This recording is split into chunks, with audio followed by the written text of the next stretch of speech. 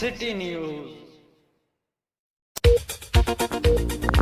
खानपुर ڀرسان ڪارنھن الزم हेठि मुड़ुस हथान ज़ाल क़तल। रुस्तम पुलिस वाक़े वारे हंधि पहुची लाश हथ करे खानपुर अस्पताल में पोस्टमार्टम बाद मक़तूल औरत के अमर के हवाले करे छॾियो।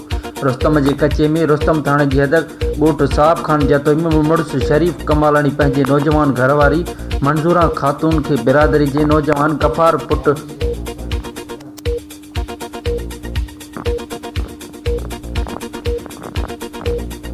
गफ़ार कमालानी सां कारंही जो इल्ज़ाम मड़े घर अंदर बेदर्दी सां किलाशनकोफ जा बस टहणी कतल करे छॾियो। वाक़े बाद 4 कलाकनि ताईं लाश घर अंदर पयल रहियो। इतला बाद रुस्तम पुलिस SHO आशिक अली अबड़ो की अगवाणीअ में वाक़े वारे हंध ते पहुची औरत जो लाश वसूल करे खानपुर अस्पताल पहुचायो, जितां लाश पोस्टमार्टम बाद मक़तूल औरत के अमड़ सकीना खातून के हवाले करे छॾियो।